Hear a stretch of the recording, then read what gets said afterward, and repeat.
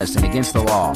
Stealing electricity by tampering with an electric meter may result in your arrest and can even risk your life. Tampering with meters results in increased utility bills that everyone has to pay. If you see anyone tampering with an electric meter, call the Princeton Electric Plant Board right away at 270-365-2031. Princeton Electric Plant Board, Princeton's #1 energy source.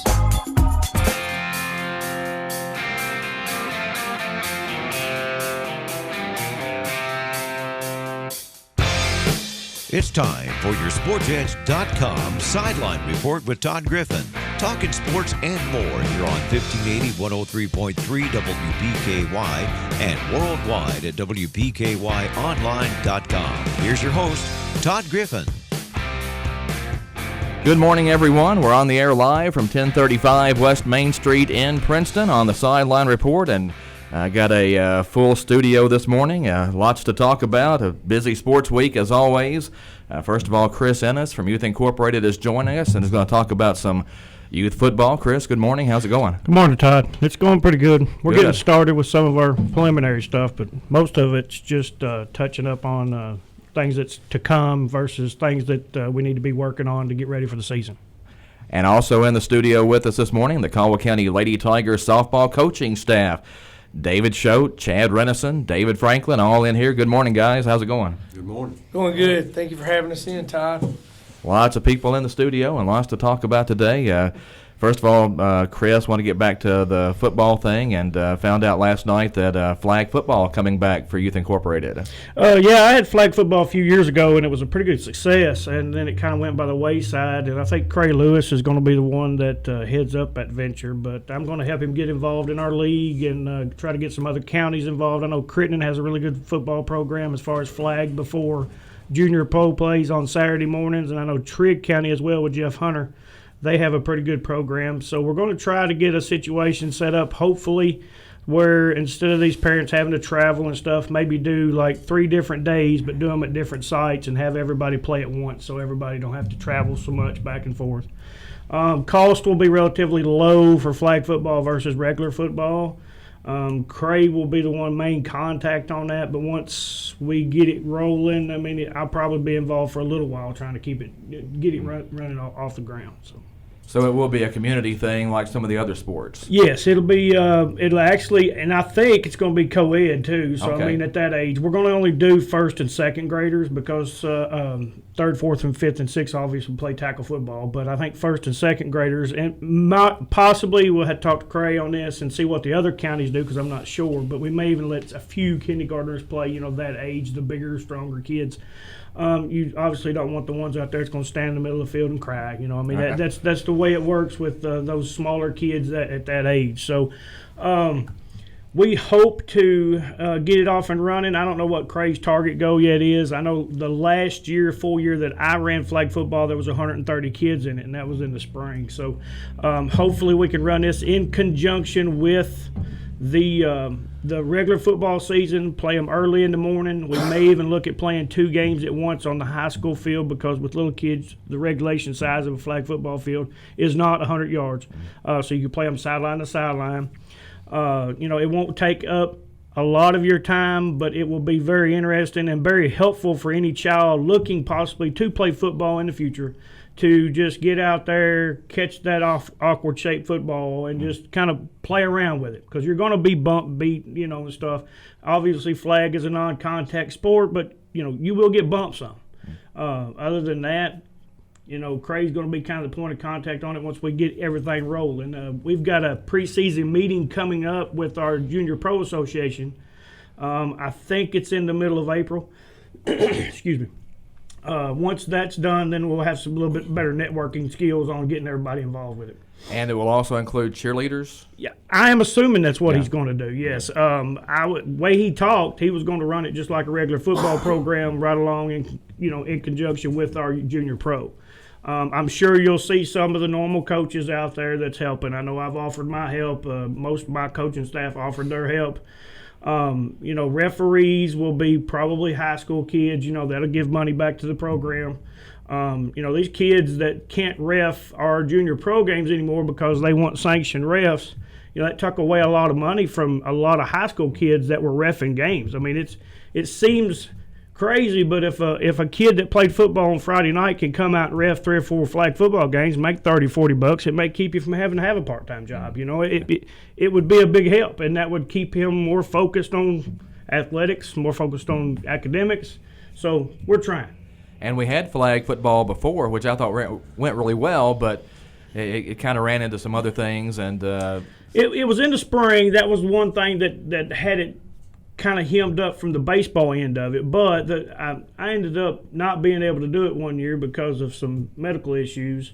And when it was tucked over, it just got too much for the person that was using it or doing it. And the board just said, you know, look, we don't. I mean, it's not like Youth makes anything off of very much other than T-ball. We do make a little bit in football, but it was just not worth the headache for the board. Mm-hmm. You know, in the spring, getting ready for baseball. Baseball's their big thing. Youth Incorporated, you know, does a great job with baseball. So it wasn't really worth doing. Now looking at it, doing it in conjunction with the football program in the mornings, I think the board will be way more acceptable to doing that. So. Well, to me, the big thing is getting those second graders to play flag football, where before you were trying to drag some of them up to play, regular football, and you were having them out there hitting. And I was one of the world's worst with that because I told him I wasn't coming back to coaching unless my kid could play, and he was in second grade. But they kind of let me do that, and then all of a sudden we were allowing second graders to play. But when you really look at it after the fact, you know, I'm as guilty as anybody, but when you look at it after the fact, second graders do not need to be playing tackle football.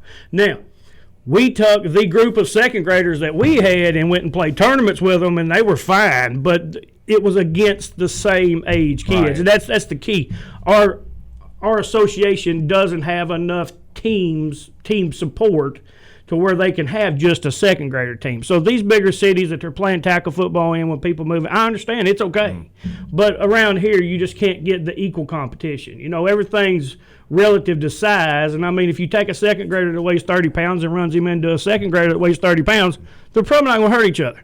But if you run him into a fourth grader that weighs 120, then you get into trouble. So, no, second graders don't need to be playing tackle football. Flag football should eliminate a lot of that. And I think junior pro football has been great for football in the county. I mean, just look at the high school team the last few years. Yeah, I started 14 years ago coaching junior pro.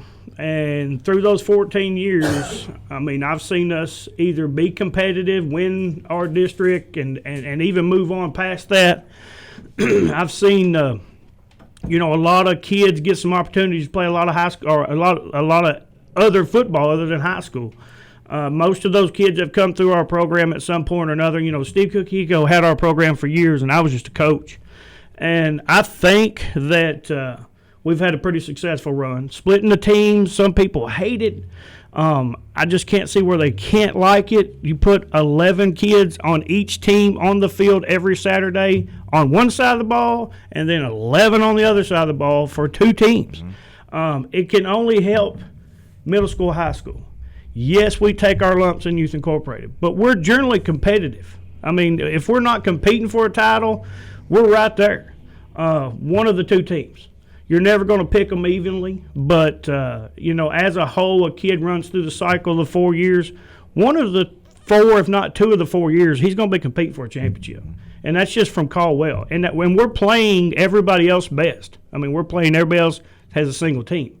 So Caldwell and our group are the only ones that split. So it has helped our football program. It's had to, especially the way Barnes and that kind of offense and stuff that he wants to run. You know, he'll play a lot of kids both ways if you don't have to. And he needs 22, 24 kids to be able to get him 11 that can go only on offense, you know. I was a big fan of going to the 2 teams just because you have more playing opportunities for the kids. Anything new coming up for the Junior Pro League this season? The Junior Pro League, last year we bought a couple of round tackling dummies. What we're trying to do is follow the Heads Up initiative with the NFL. I'm closely watching that. I don't have any kind of affiliation with the NFL and the Heads Up deal, but I am watching it. We bought some tackling dummies. I know Cray Lewis was integral in getting those for us.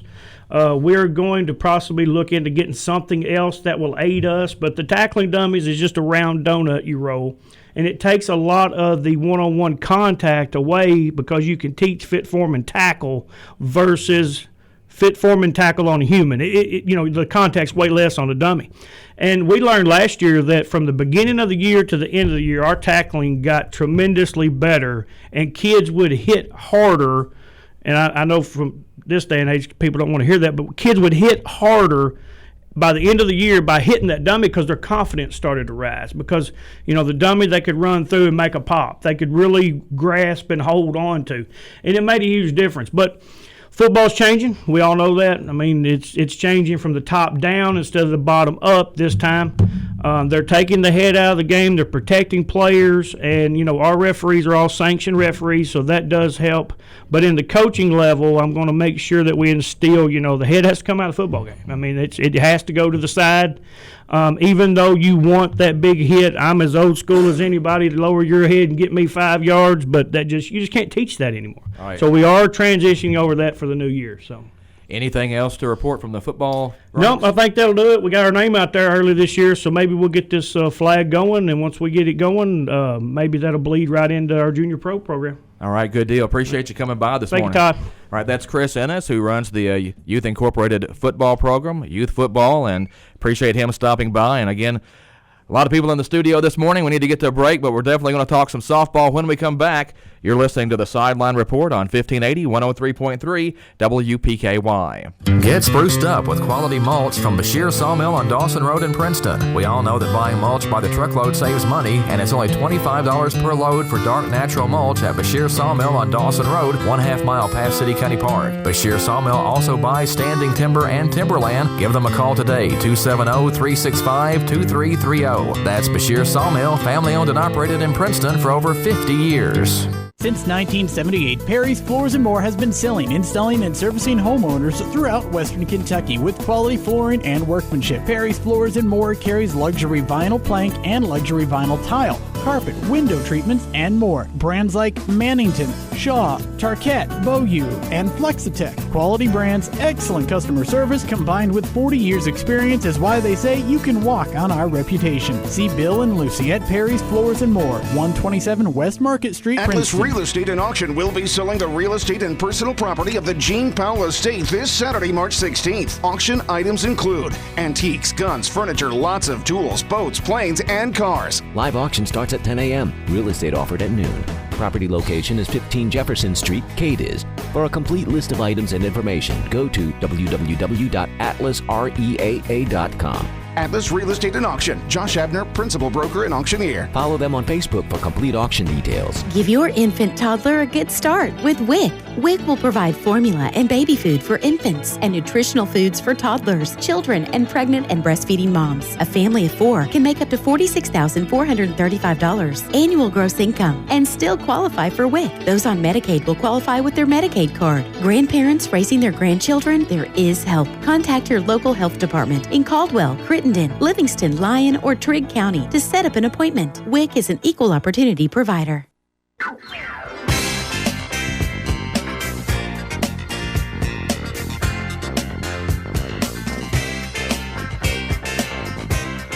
We're back on the Sideline Report on a Thursday morning at 1580, 103.3 WPKY. Thanks to Chris Ennis for coming in and giving us an update on Youth Incorporated football. Chris headed out, and we brought in a substitute. David Brown's now in the house with us. Bud. How's it going? Here again. I cannot compete. I'm not even going to try. I'm not even going to try. Y'all got take off on the softball, man. I'm excited for their season. Absolutely. We got 4 people in the studio with me this morning, and it's not going to be confusing because only 3 of them are named David. Yeah, it's easy enough, isn't it? I'm the odd guy out this morning, right? We need to change our name. It's not Absolutely. the first time. Absolutely. It's not the first time. Hey, if you don't mind, before we get started on softball stuff, I'd just like to give a big shout out to Chris Ennis on what he just did. Holy mackerel, that guy's awesome. Well spoken. Yeah. I mean, he did a great job, and can't say enough about all the folks that are involved with the football programs here in the county. I'm not a big football guy myself, but if you look back and you take a look at what they're doing with that program and what they have done with it over the years, outstanding wouldn't even come close to covering it. I mean, they do an awesome, awesome job. So big shout out to all of them. Yeah, Chris didn't even need me to be sitting here. I could have introduced him and gone and got something to drink. He could do his own show, man. He did great. Very, very good speaker. Well, softball season coming up, and I know a lot of expectations there, a lot of excitement. David Schote will give you the first opportunity to talk about the softball season coming up, and just what's some of the goals for this season? Just to keep getting better. That's all we want to do. Just like I told you yesterday, we want to be better every day, and I think our schedule shows that. Yeah. A lot of first region teams in our schedule this year, and that's good competition there. Yeah. And I say that, but I think second region is probably a little better. Well, and you guys made it to the regional championship game last year. Close loss to Christian County. Christian County ranked number 1 again this year, but Madisonville number 2. You guys are number 3. I mean, there's a lot of good teams in the second region this year. Oh yeah, the level of competition there in our region, year in and year out, I think, especially in the past and all the way up till now, is I think second to none. Just some outstanding teams. When you look at Christian County, you look at Madisonville, and I'm going to tell you right now, I think David mentioned it in your interview yesterday, but there's a team out there that a lot of folks are not throwing a lot of mention out there to them, and you better keep your eye on them, because you want to talk about tough, and that's Webster County. Yeah. That they've got an outstanding team, outstanding group of folks over there, and like I say, you better keep your eyes peeled on them, because I think you're going to see big things out of them this year. Well, go back to the regional tournament last year, and you guys had a great game with Webster County in that opener, and just really, I thought, had a great run throughout the tournament. Oh yeah, no, no doubt. I mean, no slight to Webster County. I think they just kind of had an off game. That game that we played them, because usually, if you walk away beating Webster County, you work to do it. Like I said, they're just solid, offensively and defensively both. Some outstanding pitching. Of course, you got Carly Keeney there in the circle for them, but Grace Scott comes in right behind her, and man, you talk about a great kid and a heck of a good little pitcher, but a great defense behind them, and they got the bats too. They can hit the ball. Well, softball has evolved a little bit through the years. Back during Caldwell County's heyday, I guess, when they were winning regional championships in 98, 2000, 2002, it was all about pitching. Sure. Yeah. Now the pitching is still important, but the hitting has kind of come around too. It's caught up a little bit. The batting has caught up. Yeah. Back years ago, kids may be going to the pitching lessons, but they weren't going to batting lessons. Where now they are going to batting lessons. So the batting has caught up to the pitching. I think it's safe to say an old saying that we always talk about: you got to hit it to win. Yeah. You can have stellar defense, you can have great pitching, but if you can't hit it, you're not going very far. So you got to hit it to win. Yeah, you got to put points on the board. That's right. Tough to win with 0. That's exactly right. You got to put up runs, man. And we're talking this morning with Caldwell County softball coaches David Schote, Chad Renison, and David Franklin. David Brown also in the studio with us, and just excited about the season coming up. And David Schote got some scrimmages coming up on Saturday. Tell us about that. We'll be in McCracken County at 1 p.m., and then we will play Madisonville at 3. And this y'all not playing around, are you? Right out go of the ahead, box. throw them to the wolves. Go with the juggler.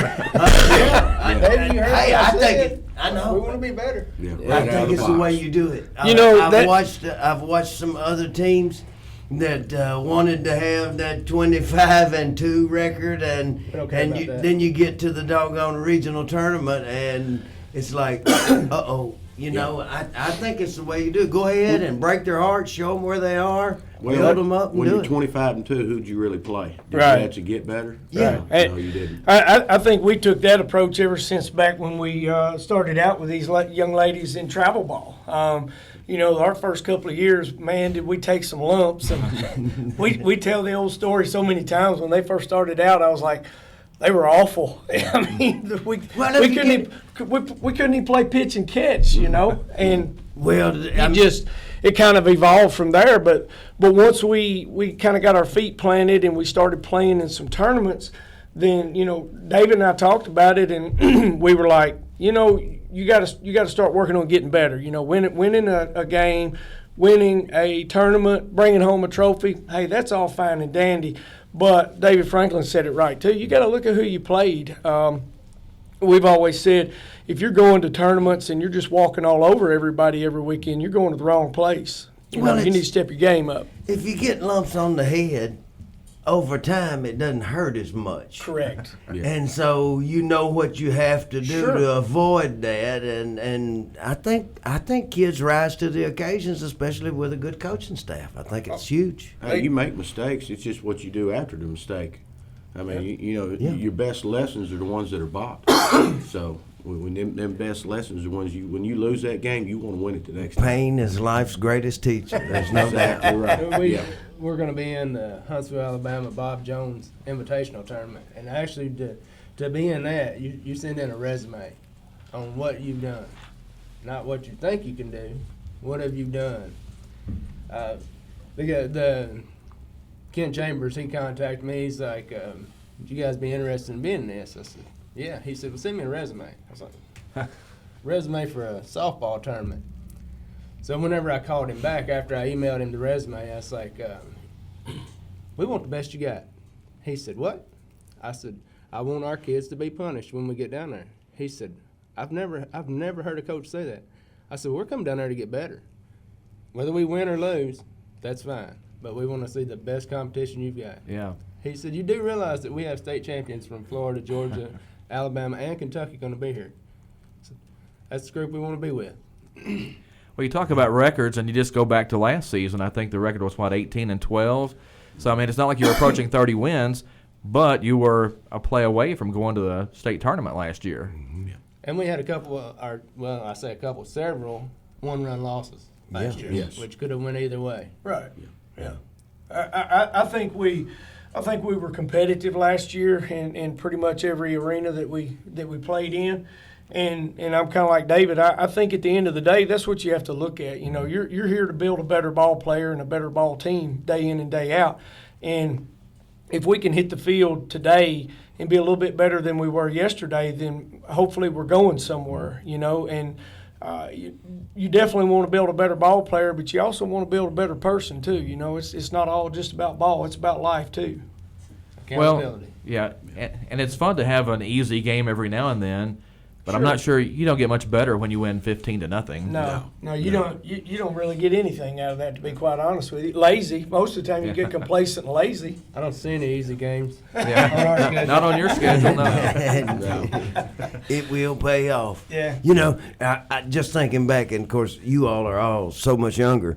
It completely changed my whole philosophy. Andre Bass came in from Madisonville one day, was throwing gas. I mean, lighting it up. Right. And I guess I was thinking, close my eyes and hit a BB right back up the middle. And when I realized, hey, you can hit this guy, then all of a sudden your confidence level just soars. Oh, absolutely. And your swing's not any different. You know, maybe you got lucky. Sure. But when you realize I can play at this level, then all of a sudden confidence picks up, and then you believe that you can compete, and you do. Oh, yeah. So I think it's a brilliant part on your offs. Yeah. Hits are contagious. Once one girl starts hitting, the rest of them start hitting also, because they can see, hey, she hit her, I can too. I can too. Same thing with boys. Hits are contagious. That's right. Got a full studio this morning talking to the Caldwell County softball coaches, David Schote, Chad Renison, and David Franklin in the studio. Also, David Brown joining us this morning. Need to get to another break. We'll be back right after this on the Sideline Report on WPKY. Here's your WPKY Weather Edge Weather Center forecast. There is a wind advisory in effect until 7 o'clock tonight. Showers and thunderstorms will continue today with a high of 71. Mostly clear overnight with an overnight low around 41. Tomorrow's going to be mostly cloudy. The rain will be gone, but it's only going to be 47 tomorrow. Mostly clear tomorrow night with an overnight low around 32. And then Saturday, look for sunny skies, a high of 49. Mostly clear Saturday night with an overnight low getting to 32. Again, showers and thunderstorms, wind advisory, and a high of 71. Tune-ups, brakes, shocks, and oil changes. Use Kilgore Automotive. Find them at 129 East Main Street, Princeton. Kilgore Automotive, where your car is more than just a car. Call 270-963-2853. Need cash fast? Get the money you need. Call ABC Finance now.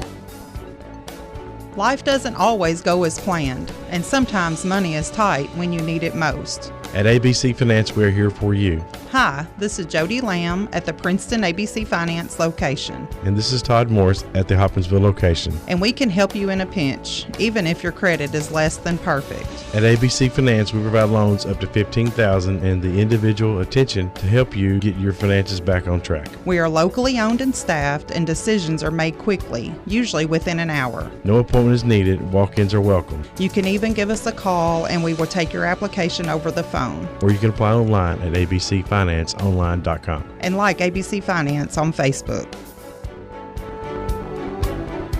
ABC Finance in Hopkinsville on Fort Campbell Boulevard next to O'Charlie's and in Princeton Plaza. ABC Finance. All loans subject to normal credit approval.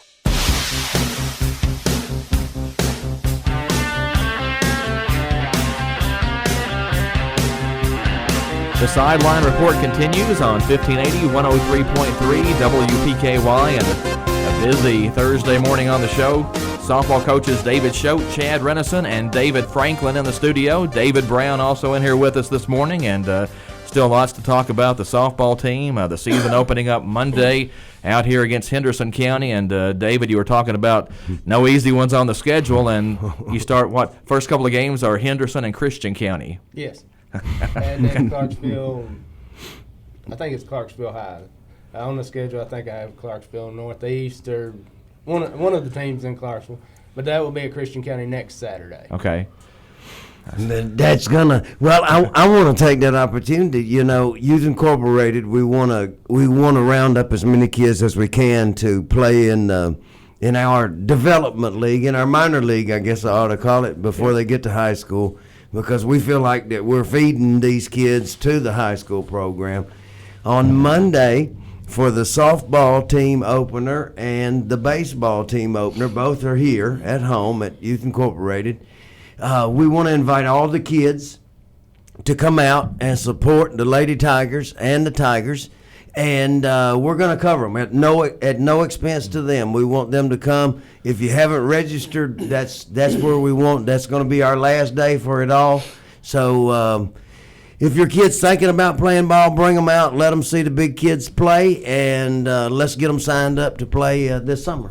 Last time I checked, the weather is supposed to be pretty decent Monday. I heard you all say that, and I was tickled. I'm hoping it holds up. You mean they're not calling for rain? Not yet. No guarantees. Yeah. Subject to change at any moment. Just wait 5 minutes. What is it they say about weather in Kentucky? If you don't like it, wait 20 minutes. It'll change. Yeah, that's about right. Well, I can remember watching the big kids play when I was a little turd. Oh, sure. I can't say. When I was a little dude. We'll fix that when we edit it. Okay.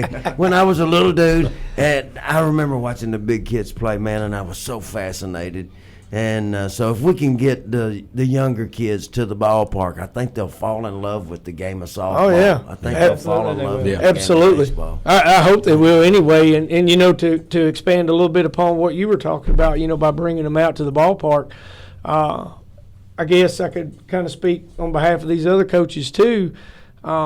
For any young person that looks up at the older kids or looks and watches that ball game and says, hey, that's where I want to be when I get to be that age, you know, I want to get to that level, then you need to be starting out in the leagues, just like what David and him has got out here, and you need to start as early as you can.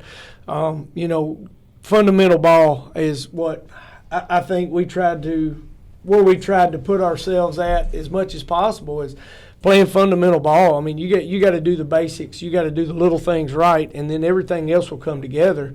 And, you know, once again, we go back to when we first started and all the lumps that we took. And we had a group of kids that couldn't even play pitch and catch together, you know.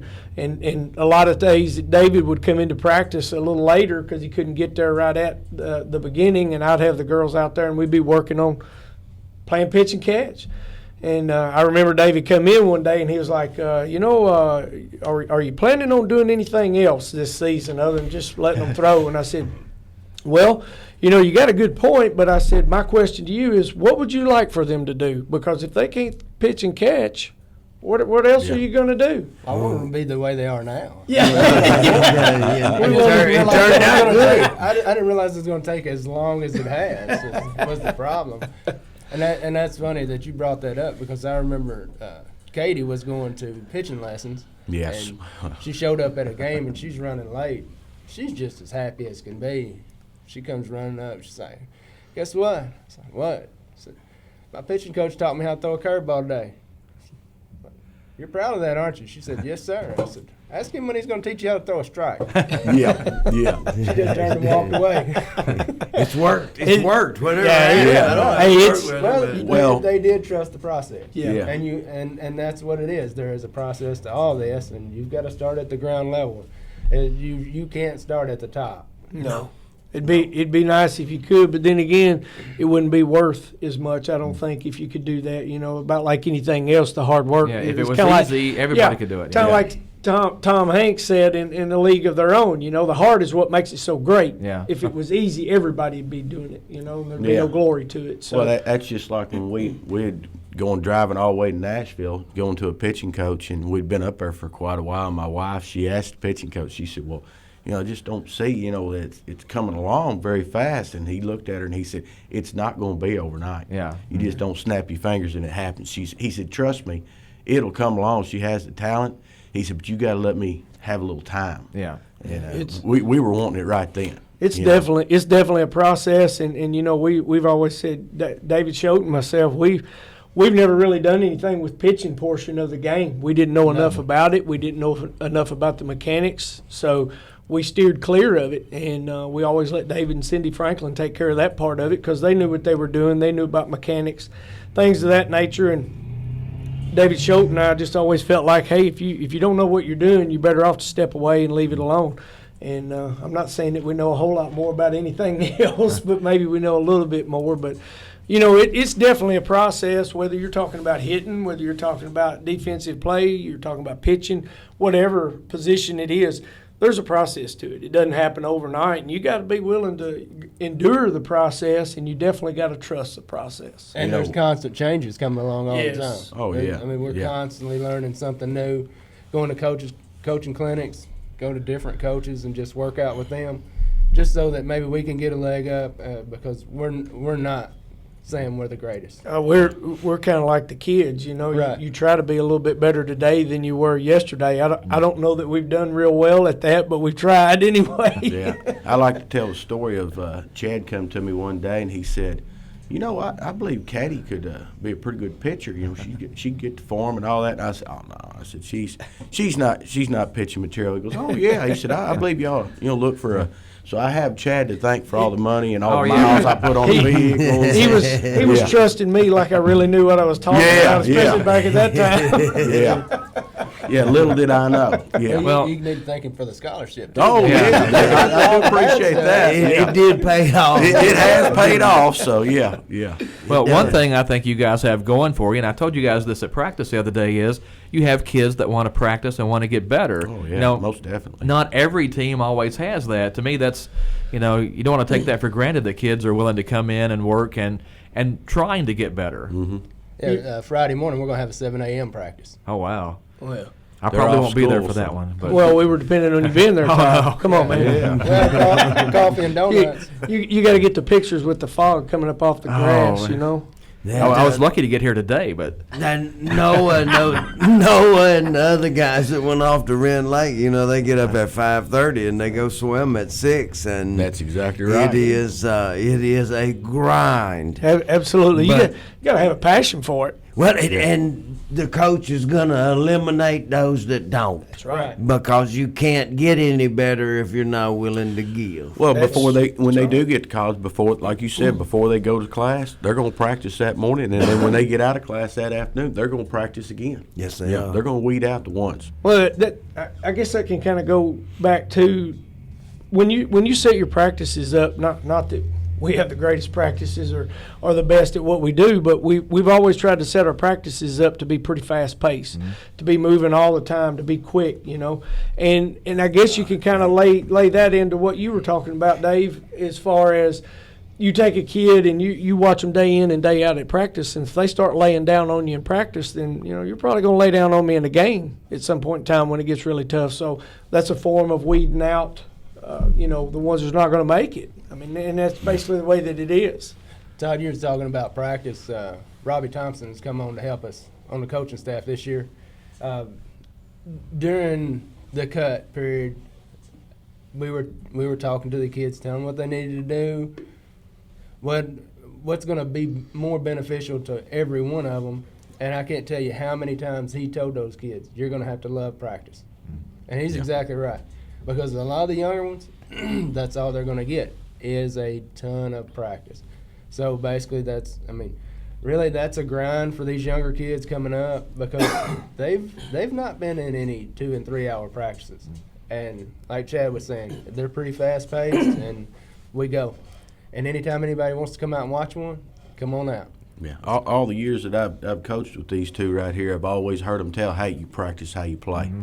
So give me your all, and they have. They really have. I got an old buddy that says, I've heard practice makes perfect, but he says, not necessarily true. Perfect practice makes perfect. If you're doing the wrong thing over and over, you're not really getting any better. Practice makes permanent. Yeah, if you're doing it wrong, you're going to play wrong, and I got that from somebody else too. That wasn't mine, but you definitely got to be willing to invest yourself in it. It's the fast-paced practice. It's been a passion of mine forever and a day to have kids working on different things at different times. If we all grew up standing around in the outfield, one guy hitting. Absolutely. And, nobody over in the pen throwing, nothing. It became boring. Sure. And you'd sit out there and try and pick out bugs in the grass and everything else. So I see it still today. And if I do, and it's one of our coaches, Youth Incorporated, I go ahead and call them because there's so much that a good practice, an hour and a half, you can get a lot of stuff done. Oh, absolutely. Man. If you have the stations. If you've got the stations, if you've got the equipment, if you've got the cages, if you've got what you need, you can do it. And if you've got the coaching staff that can help you, that's a lot of it too. That's a lot of it. Having the help there to help you do things like that. And David mentioned just a minute ago that he brought on Robbie Thompson this year to help us out. And man, you talk about a tremendous amount of help. Robbie's been just a great guy, knows the game well. He does really well at practice, works really well with the kids. Can't say enough good things about him. I know I'm tickled to death that he's there, and I'm very thankful that he's there because he helps out a ton. Talking about some of the trips you guys have made, talking about going to Nashville to work on pitching, how long have you guys been together as a coaching staff, and what are some of the trips you've made through that time? Oh, wow. I think how long is this show? Yeah. We've always joked a lot of times either at one of our houses, and we should have been writing a book the whole time. Yeah. Yes. Yeah. With everything we've experienced with these kids, and I think we've been together 9 years solid. Yeah, we actually started in Youth Incorporated. Right. Yeah. I started with Maddie and Carly whenever they were 3. Yeah. At Fredonia. Yep. And then I think at 5 or 6, I ended up with Katie, and then it just kept growing. Mm-hmm. Yeah. But how many games are you talking about playing over the summer? Because I can remember you guys saying, well, we're going to Michigan this weekend, or we're going this place this weekend. And oh, wow. We've definitely been every everywhere. Summer we played over 100 games. I was going to say, we played over 100 games pretty well every summer. But it really wasn't the summer because we would start in end of January, 1st of February. We would be playing indoors, and then we would play all the way to November right before deer season, and that was my cutoff. Deer season. Yeah. I was like, hey, y'all can do whatever you want. I'm not here for the next 2 weeks. Yeah, but we played a lot of indoor tournaments and everything in the wintertime. Yeah. We'd go over to DeCoin, Illinois, and play in them tournaments.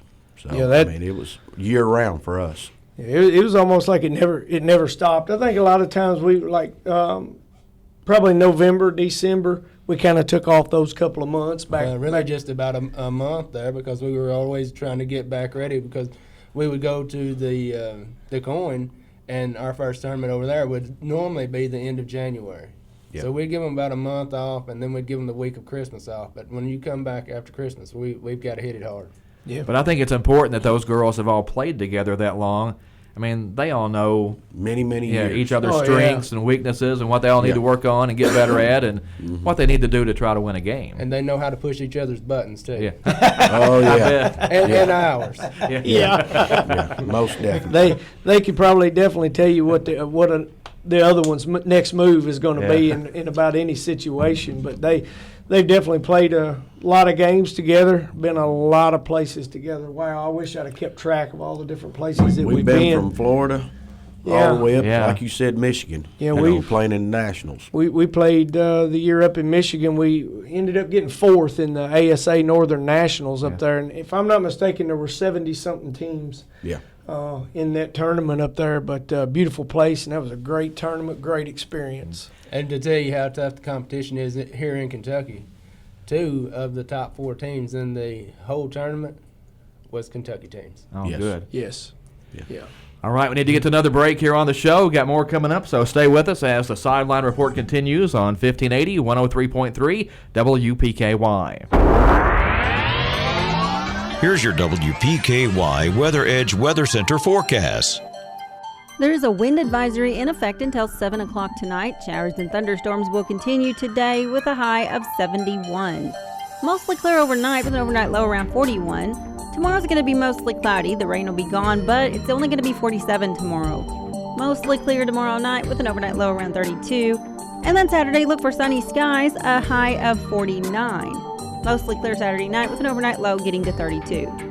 Again, showers and thunderstorms, wind advisory, and a high of 71. Your WPKY Weather Edge Weather Center forecast is brought to you by Herb Hayes Furniture. Did you know you could be eligible for a rebate when you install a new propane water heater, a new propane range or cooktop, or a propane clothes dryer? You can even get a rebate for installing or replacing a water heater or your primary heating system. This great opportunity is made possible by the Kentucky Propane Education and Research Council, available to Kentucky residents only. There are specific guidelines and requirements, and funds are dispersed on a first-come, first-served basis. Contact Fortner Gas Princeton for details. 270-365-5545. Mrs. Abernathy, some things are meant to be shared. Others are not, like these new loaded nachos. They're meals worth of chips topped with sirloin steak or pork carnitas that I plan on keeping to myself. But I need your name for the yearbook. My name is Coach. Now, if you'll excuse me, it's my nacho time. But nacho time. Nacho time. Shh. Nacho time. Olay the day, Gertie. Try our new loaded nachos topped with sirloin steak or pork carnitas. Olay the day at Taco John's. Taco John's, Princeton.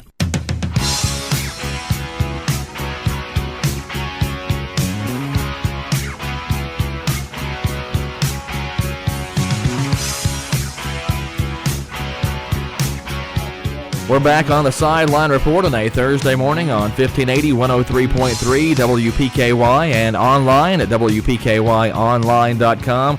Again, a full house today in the studio. Caldwell County softball coaches David Schote, Chad Renison, and David Franklin in here with us. Also, Youth Incorporated President David Brown joining us on the show today. Like I said, only 3 Davids in the group, so it's not too confusing. But we got an here. Looking toward the softball season, though, a big year coming up for the Lady Tigers, and it's going to be a lot of fun with a lot of big games. One thing that to me is impressive about the softball program, you look at your seniors, and you've got 4 of them already headed off to college, to sign to play college softball, and probably a few more kids coming behind them that will end up playing someplace too. Yes, sir. And it's just a testament to all their hard work. Yeah. Mm-hmm. When it comes to that, we're back out of the picture. I mean, it's all about those kids, and it's all about what the grind that they went through, because it's not been easy. I can promise you that. Well, and you had a couple of kids ranked among the top 12 in the second region this year. Katie Franklin's up there, Mashi Glover's up there. You want to know how good softball is in the second region? You look at this list, and Callista Collins from Lyon County is number 12. Yeah. Right. And you look at somebody like Emma Staples, who's not even on the list. Oh, yeah. Man, that's... I mean, those are some good players that are... yes, outstanding players. That don't make the top 12. Outstanding. It just shows the competition we have in second region. Yeah. Mm-hmm. I'm not real sure how they did that. They send me an email out, and I get it, and it says, list the top 5 players. So then whenever they send me the list back, it's got the top 12. And I'm like, If I'd have known I could have done more, right? We'd have put everybody on there. Would you say that the success in your all's group? Let me put it to your all's group. The success that, say, Madisonville had back a few years ago, or Christian County, has it driven us to be better, to rise to that level? Most definitely. Yes, you want to compete. When you get a McCracken County in the region, I know when we were in Murray, that that's the pinnacle. And so, if you want to get there, you're going to have to do what they're doing and more. To be the best, you got to go through the best. Honestly, what we did whenever we started our travel team was we mimicked what Madisonville's head coach was doing at the time, Shana Payton. Yes. He actually had like 7 or 8 kids that was on the high school team, on a middle school age group, and he traveled with them nonstop. So whenever we first started out, it was like, we'd like to get there sometime. And here we are. Yeah. I think it's good for everybody in the region that there's good play. Oh, and, absolutely. Great teams, and I think it makes everything better. It brings everybody up. Everybody wants to compete. Well, when you have good ball teams and you have good ball games, that makes people want to come out to the park and actually watch, because so many of them, I guess they think they're going to sit there and watch a walk fest, and nobody wants to see that. And unfortunately, in the younger age groups, a lot of times the pitching is not developed, of course, and you don't get to watch what we'd like to think is a quality ball game. You're going through that learning process. You got to be willing to endure that, and you got to learn to love that. And after a while, you will learn to love it. You'll be like, hey, I see the progress here, so it's much better than what I was making it out to be.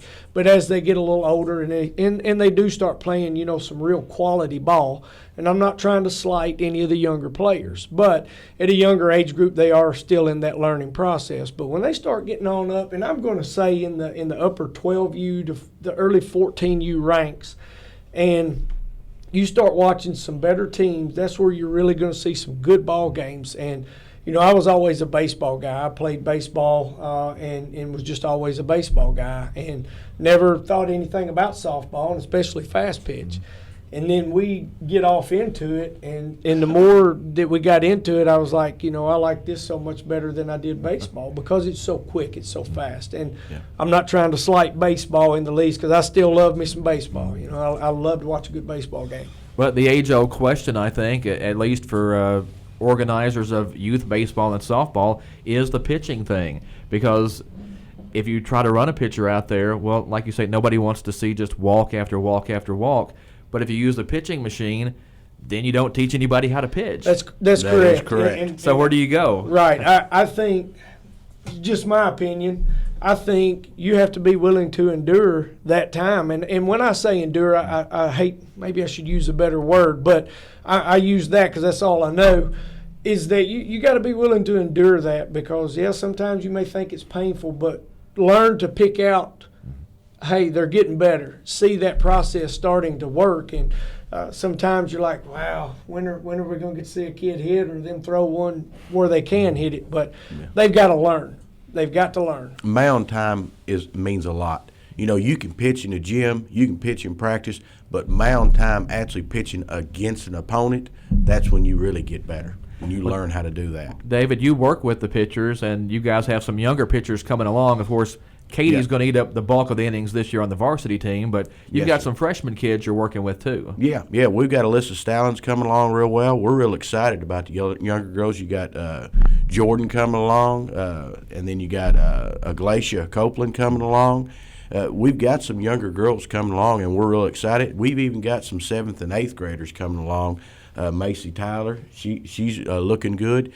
They're not at the level we want them at yet, but whenever Katie first started, she wasn't at that level either.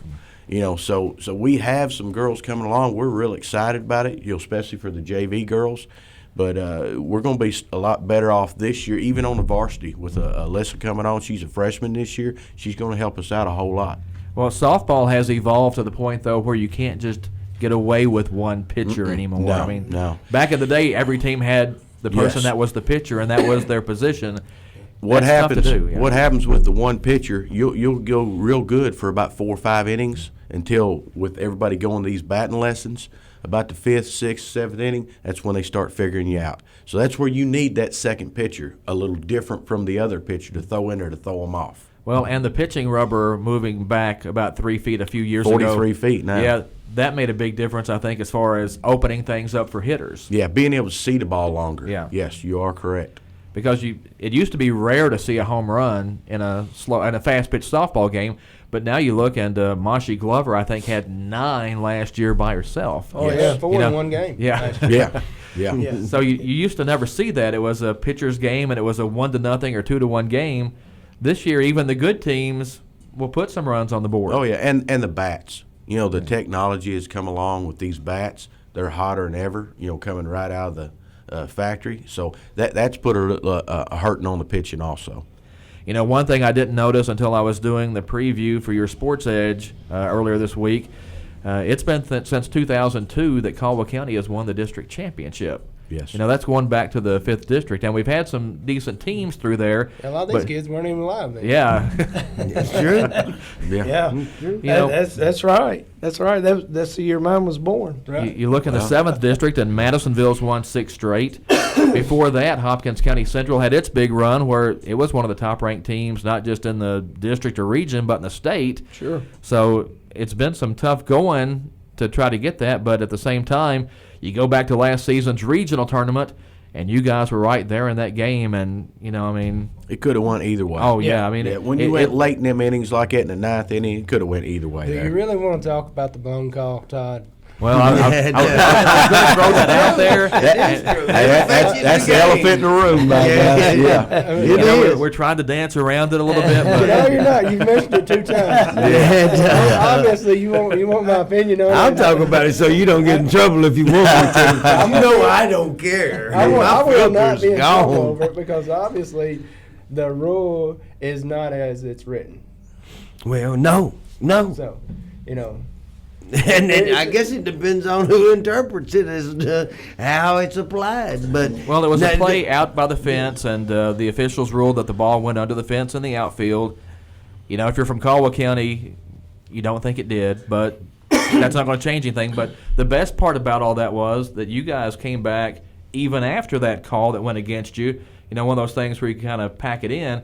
You came back and still tied the game and sent it to extra innings, and still had a chance to win that game, even with the call going the other way. Which is why I'm still red over it, because had we not had to sub the way that we did, we probably end up going ahead, and there's not an 8th inning. There's not a 9th inning. Yeah.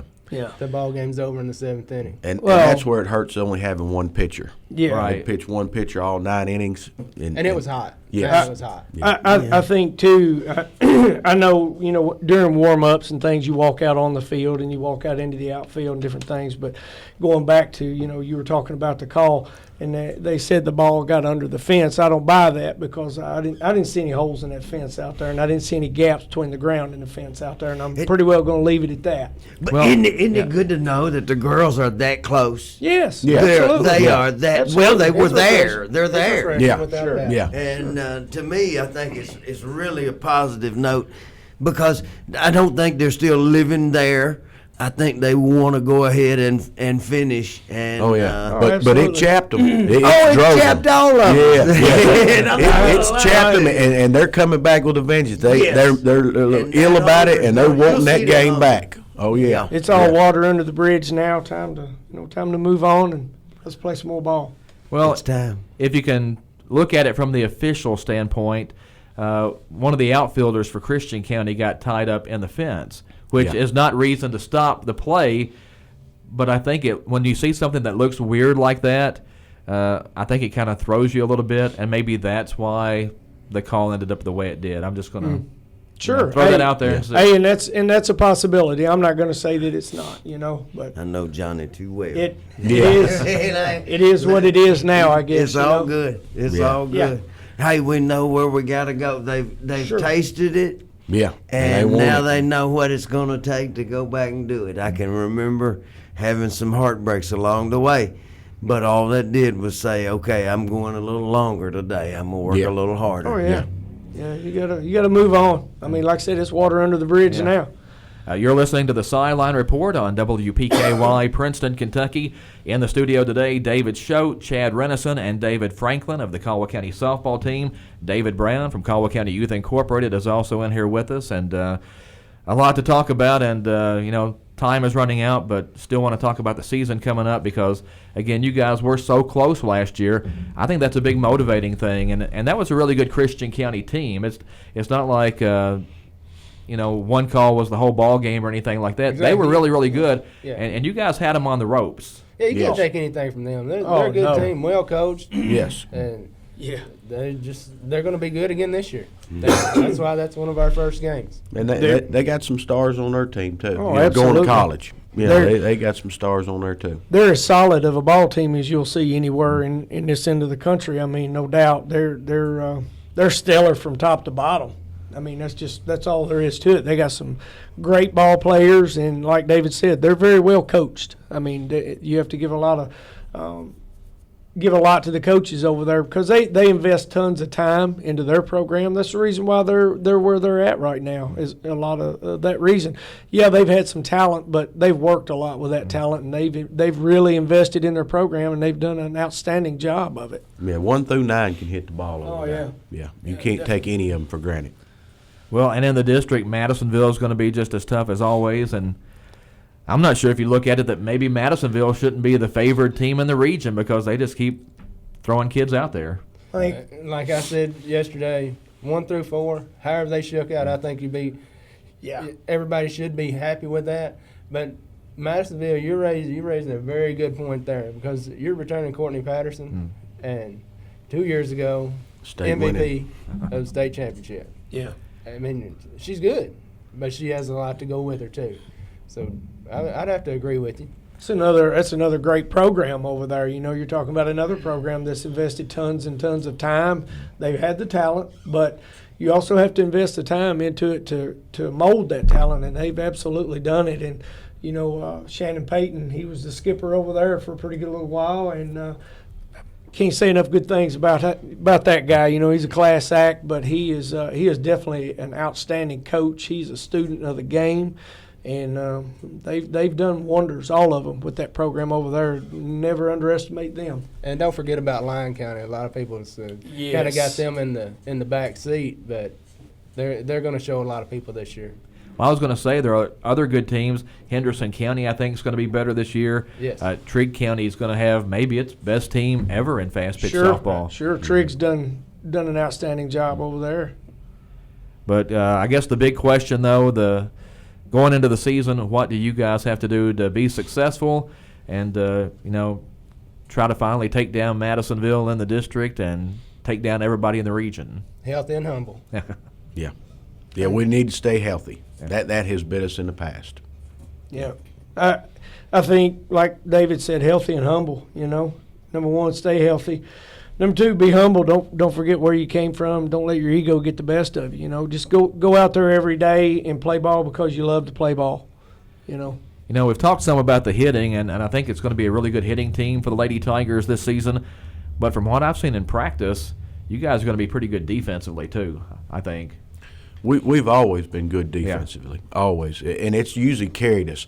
Throughout the years, we've kind of lacked in the hitting department, and the defense has always carried us. One thing with our pitching, we've always had defense behind us. We've had decent pitching, but we had really, really good, solid defense, and the hitting has now come along to where it's got with the defense. So it's going to be exciting this year. David Brown, are you headed any place anytime soon for baseball? I know you've got a lot of college baseball you're keeping up with. Every day I do the devotional for Murray State Athletics today at this afternoon, usually on Thursday afternoons. Then Noah and the Wren Lake Warriors are playing today at the lake, Kaskaskia. I think it's Wren Lake's weekend. We have to rotate between. It's been really difficult. Actually, last night, since our Youth Incorporated meeting was finished earlier, that's the first night I can remember being home this year, before 10 o'clock. And I know you all understand that the kids are worth it, man. Oh, yeah, I love being around the ballpark. sat and watched Murray State softball this past weekend, and they literally have 3 times the crowd that the boys do. It's an exciting game. It's a great game. And,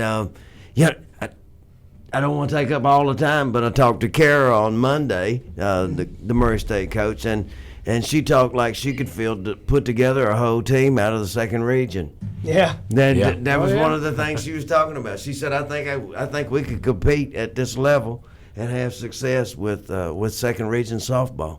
And that's the bad thing about what's coming up with the sectionals, with the new format with the state tournament this year. It's good to get into the single elimination tournament, but the bad part is the 1st through 4 region. That's who you have to play. Oh yeah. To get to Lexington. Oh yeah. And out of the past 10 years, it's been someone in 1st through 4 region that's competing in the championship. Well, a couple things I want to ask you about real quick before we get out of here is the postseason changes that you just talked about, and next year back in the All-A Classic, which it kind of stinks this year because we were the defending, well, not going to be defending, but we were the champions in the second region All-A Classic last year, and then you don't really get the chance to play in that this year. Yeah, it's ridiculous. How in the world does it change? I second that motion. It changed over a matter of 20 kids, and now we're right back in it next year. Well, I saw that. I don't know how you can. I don't know. I don't quite understand all of it, but I'm not a very smart guy. We were looking forward to going to it this year. Yeah. We were looking forward to it. It's a great venue, man. Yeah. It's well, at Murray, we always said that was our state tournament. Yeah, exactly. That there wasn't any way that we were going to beat stinking St. X. We knew that. Yeah. Right. So you go and try and knock off Holy Cross and hope they hadn't recruited a bunch of kids and go in there and get right. You know? Best of my knowledge, that's the first time Caldwell softball has been to the All-A's. That's my knowledge. Yeah. That's you just all you can do is pick up and continue to work hard and if we're back in it next year, then you try to take the best squad you can over there, and I honestly think that we'll be okay next year. We got a good group coming up in junior varsity and freshmen. We're going to try to field a freshman team for some freshman games, and I'll just tell you right now, there's a lot of talent right there and a lot of fine young ladies coming up. And I think you're going to continue to see some good Lady Tiger softball for some years to come. Yeah. Well, I think this year especially is going to be exciting. Softball, baseball. Watch out for the baseball team. I think they're going to be a little underrated by some people this year, but I think they're going to be all right. Oh, I think they'll be super strong. Yeah, I really do. Yeah, I don't see them missing a beat, really. I slipped over and watched them practice Tuesday afternoon for just a little bit. They're still impressive. I don't think. I mean, I know that they've got, they lost a ton of talent. There's no doubt of winning this group, I guess, to ever come through. I have no idea if it's true or not, but the junior class was strong all year, and those kids could have stepped in the lineup and not missed a beat. And so other than having the pitching depth, maybe losing a Burns, I think they're in great shape, and there's no way that they're not favored to win the district and to compete for the regional championship. I think they'll be good. That's another group of guys right there that they work their butts off. They do a heck of a good job. Yeah. We wish them all the best. I want to see them go all the way. Absolutely. Great so group right there. Get to the ballpark. Yeah, absolutely. Most definitely. Come out and see us. Come out and support us. And the concession stand, we've expanded. We've got more stuff. We've got more choices. Even during the high school season, even though it's Pepsi. Come on, and we love it too. So come on, man. It's the grass is starting to green up. The buttercups are sprouted and opened up. It's baseball season. Yeah. It's softball. I think teams home Monday, and I'm just going to say there's going to be good weather Monday. Awesome. Yeah, that's what we want to do. Yeah. I'm going to take you at your word. Yeah. We're going to be looking for you, Todd. Yeah, we're going to be looking for you. Yeah. Right out. It's bad for Todd. We're probably about 3 different weathers on Monday. It'll start out one way, and then it'll change, and then it'll rain a little bit. We'll have on our coveralls that morning. And just take everything to the ballpark with Yes. you. If there's one thing I've learned in 25 years of covering sports, it's when you go to anything in the spring, take everything with you. Prepare for all 4 seasons. Oh, absolutely. And it's Henderson. Henderson. That a boy. I love it. I think anybody that likes to watch a good ball game, if they will come out one time, they're going to see some good ball games. Whether you go to the baseball park or whether you come to the softball park, either one, you're going to get to see some very good ball games. Absolutely. I appreciate you guys all coming in and spending more than an hour with us today. We'll have to do it again sometime. Lucky it wasn't 2, Todd. Yeah. Well, anybody have anything to add before we get out of here? I just want to say I probably talked way too much all throughout anyway, but I just want to I want to thank you guys for coming out and doing what you do. Yeah. The coverage that you have given, not just to our girls, but all the athletes in this area, and the way you spread yourself out, your Sports Edge, what they've done for athletes in this whole area is outstanding. I can't say enough good about them, and I can't thank you and them enough for doing what you do. And you guys are to thank for a lot of most all the publicity that these kids are getting, because you all are putting them out there in a venue that they've never been put out there in before, and it's awesome. So thank you so much. Yeah, we do appreciate it. And thank you for having us in. Yeah. David Brown, thanks for coming by. Thanks for having me. It didn't get too confusing with 3 Davids sitting in a row. No. David show. Shucks, we've got baseball and softball to talk about. We've got plenty to talk about. We can talk for days. Right. Yes. All right, thank you guys. I really appreciate it. you. That's going to wrap up our show today. David Brown of Caldwell County Youth Incorporated in the studio with us. Also, Caldwell County softball coaches David Schote, Chad Renison, and David Franklin in the studio. Baseball and softball teams opening up the regular season Monday at the Ratliff Park Complex. The Tigers host Crittenden County. The Lady Tigers will host Henderson County. That's going to wrap up our show today. This is Todd Griffin. Thanks for listening to the Sideline Report here on 1580 103.3 WPKY. Serving Caldwell County since 1950. We're 1580, 103.3 WPKY Princeton.